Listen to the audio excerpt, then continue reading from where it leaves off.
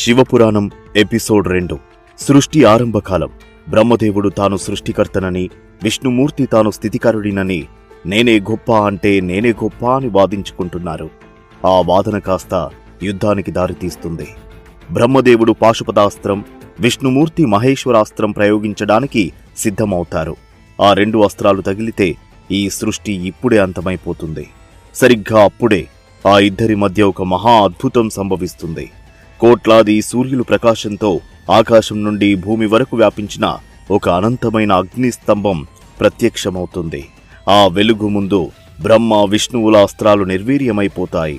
ఆ స్తంభం ఎక్కడ మొదలైందో ఎక్కడ ముగిసిందో ఎవరికీ అర్థం కాదు. ఆ స్తంభం యొక్క ఆది అంతాలను కనుగొన్నవారే గొప్ప అని వారు నిర్ణయించుకుంటారు. విష్ణుమూర్తి వరాహ రూపం ధరించి భూమిని తొలుచుకుంటూ పాతాళానికి వెళ్తాడు. బ్రహ్మదేవుడు హంసరూపం ధరించి ఆకాశానికి ఎగురుతాడు. 1000 ఏళ్లు గడిచినా విష్ణుమూర్తికి ఆ స్తంభం చివర కనిపించదు. తన ఓటమిని అంగీకరించి వెనక్కి వచ్చేస్తాడు. పైకి వెళ్లిన బ్రహ్మకు కూడా అంతం దొరకదు. కాని దారిలో పైనుండి రాలిపడుతున్న ఒక మొగలి పువ్వును చూసి దాన్ని సాక్ష్యంగా పెట్టుకుని నేను చివరను చూశాను అని విష్ణువుతో అబద్ధం చెబుతాడు. ఆ అబద్ధానికి ఆగ్రహించిన ఆ అగ్ని స్తంభం నుండి భయంకరమైన శబ్దంతో పరమశివుడు ప్రత్యక్షమవుతాడు.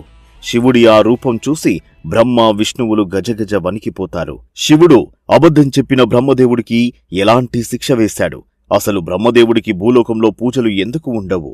శివుడు తన నిజరూపాన్ని ఎలా వెల్లడించాడు? అది రేపటి ఎపిసోడ్ 3లో చూద్దాం. ఓం నమః శివాయ. ఈ శివపురాణ యాత్రలో మీరు భాగం కావాలంటే వెంటనే మన ఛానల్ని సబ్స్క్రైబ్ చేసుకోండి.